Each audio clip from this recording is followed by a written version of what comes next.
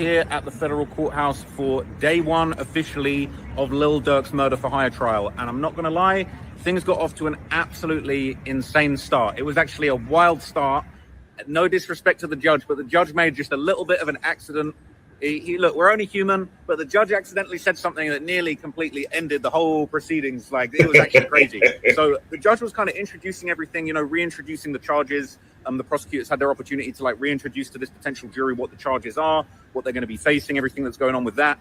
And what was really, really crazy is that, you know, during the judge kind of explaining what was going on, he made just a slip of the tongue. It was completely accidental. You know, it wasn't like anything where I don't think it was intentional. I don't think it was going to create any bias, but it was a pretty wild moment. And they basically sort of reread the charges. And then they said, oh, you know, all of the defendants, they pled guilty to these charges. And then it was like straight gasps in the courtroom. People were like, what? There were people that were already in the courtroom. They were handing out like leaflets, like free Durk booklets and leaflets, postcards. I got a little Durk expert.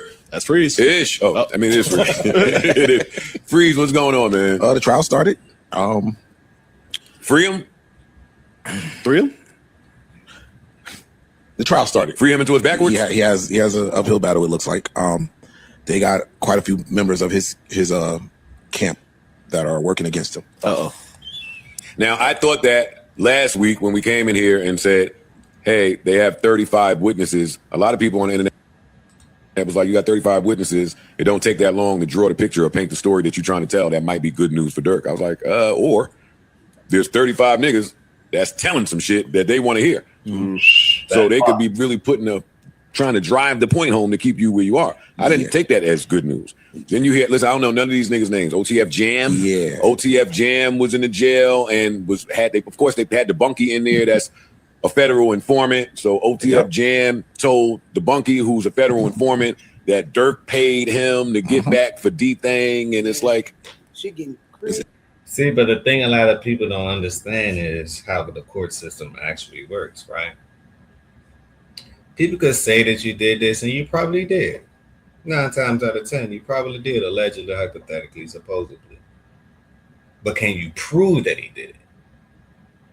And can you do it beyond a reasonable doubt? This is why lawyers are so important. Because if I could put doubt in what you just try to prove, then you're not standing on solid ground. So I think the lawyers, what they're going to do is put doubt. Oh, they're going to spread it. Fear, uncertainty, and doubt. Oh, they're going to spread it. To let you know some witnesses aren't credible. They could be making things up just for them to have lesser sentencing time. Can you prove exactly what your client just said? And we need evidence. We don't need any hearsay, she say, he say, we all say, what we think, what we know. Even if you've seen him do it, can you prove that he did it?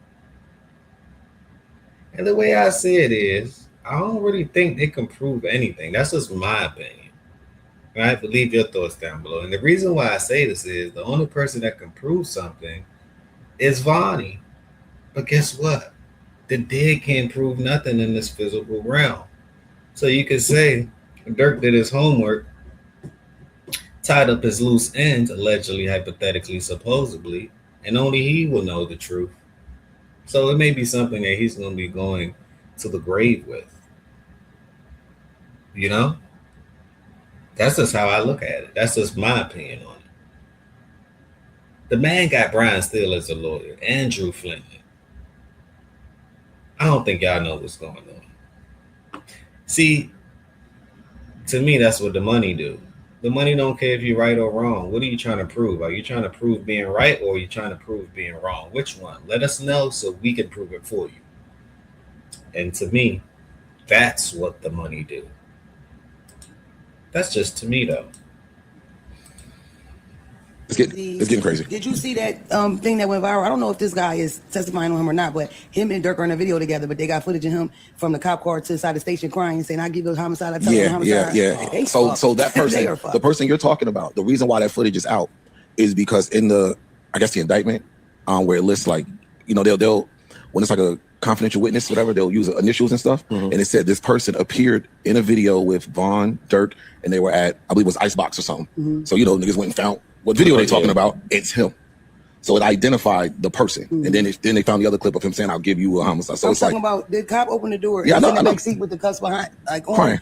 And he is like falling apart. Nigga ain't even get in the building. And in the street while he's getting walked, he's like, I'll tell him homicide. I'll tell you anything. I'll tell you homicide. And who's the other dude? Again, I don't know anybody's names. No disrespect. I'm just not familiar with all of these names. Who's the other dude that they was like, they got testimony of him saying that Durk pulled him in the bathroom like, yo, you got to chill out, yo. That's you him. committing too many murders. That's him. That's what they're talking about. And that's when I knew that I was retired for good. Like, I pulled my niggas to the side and be like, yo, slow down with all this candy eating. Yo, man, you need to slow down. You driving so fast. You need to slow down. You killing too many people? You committing too many murders on us, is what allegedly was said. Slow down, you're going to get the feds on us. And they're using. If that's true, that means he knew about a couple murders and let him slide. He didn't think his man was out of line. Yeah, after 2. It's a limit, the threshold. All right, dog. Six many murders. Past 4. Yo, come on, dog. What you doing, yo? 11 though? We was good with 5. But yeah, they're using everything. Podcast appearances, music videos, text messages, lyrics. Wait, slow down. They're using evidence? Wait a minute. Well, they turned their back. What's up? It's your boy Denad. I'm here at the Federal Court Building in downtown LA for day 3 of Lil Durk trial. Today we're gonna hear opening arguments from both the defense and the state. Real quick, there's some misinformation going on online. I think DJ Academic spewed it, saying that Lil Durk had OTF Jam's baby mother pop. Listen, OTF Jam's baby mother was pop because she was a UPS worker and she had a master key to a lot of boxes, and niggas like to hit them boxes. Also, it might not turn out to be what you think when it comes to OTF Jam. People are speculating that he is going to witness and testify that Lil Durk gave him 50 bands to unalive someone. How is that possible? OTF Jam wasn't even in California when this incident occurred. And don't a lot of rappers give their homies dough when they get out of jail to get on their feet? You're gonna incriminate people because of that? Like the videos.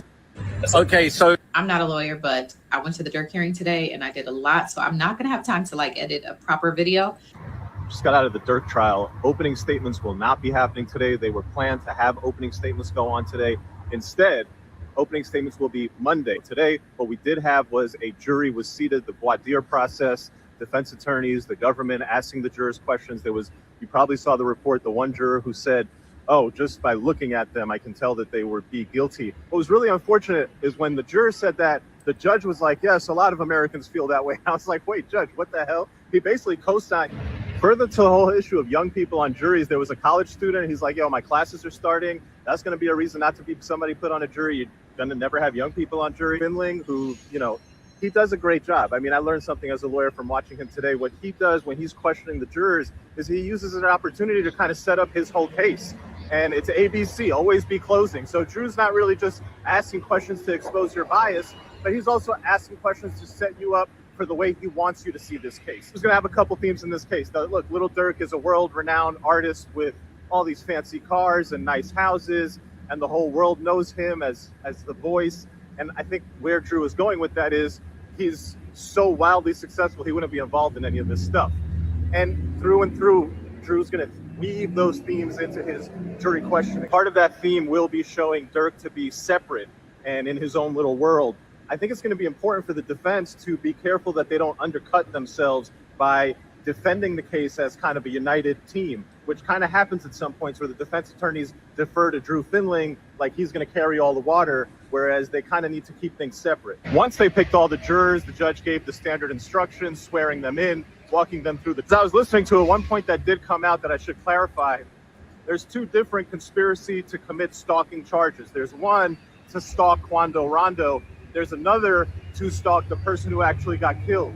And that's very important because the stalking charge of the person who actually got killed carries a way higher penalty than the stalking charge against Quando Rondo. So you could have a situation where there's one charge that Durk gets, stalking Quando or conspiracy to stalk Quando, and it wouldn't necessarily be the end of the world in terms of an absolutely crushing criminal sentence. It ended with the judge giving the jurors their standard instruction about, you know, looking only at the evidence. I love when I hear the judges say this, because he's like, I need you to disregard your beliefs, what you like, what you don't like, somebody's age, somebody's race, somebody's religion, your prior experiences, essentially everything that people look at the lens of the world through. He's like, forget all of that and be an impartial juror. Opening statements will begin Monday morning, 9 a.m. Stay tuned. So I'm not a lawyer, but day one of Durk's trial, I don't know, y'all, what y'all thinking.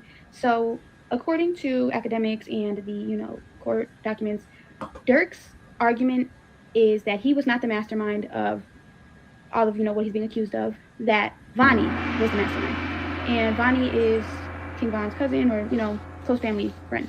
And people are trying to say that's snitching. While I do believe that's snitching, because he's not creating reasonable doubt, he's named Vonnie. Like, that is snitching. You named Vonnie. But maybe, you know, he got Brian Steele lawyer. Like, maybe we gotta, you know, let it process, let it marinate, because we don't know what type of plea Vonnie has. Vonnie could have a plea for immunity, and he could go up there on some Woody stuff, like Young Thug's trial, and Vonnie might go up there and take, you know, blame and accountability, and say he had access to everything and all the money and everything because he has immunity, just like they did on Young Thug's trial. While I don't really know if that might be possible on a federal case, maybe that's the plan. That's what they're shooting for. Because I just don't see Durk being a snitch. And, like, it is snitching, but maybe they got something cooked up. I don't know. What do y'all think? Because Brian Steele is a good lawyer. And I just feel like there's really no point of snitching, because everybody's snitching on you. There was wires worn around you. Jam worked on 30 cases with the police. Like, you're the main one they want. Like, they don't want anybody else. They will give everybody immunity to get you. You're the big dog. There's really no point of snitching because you're still going down.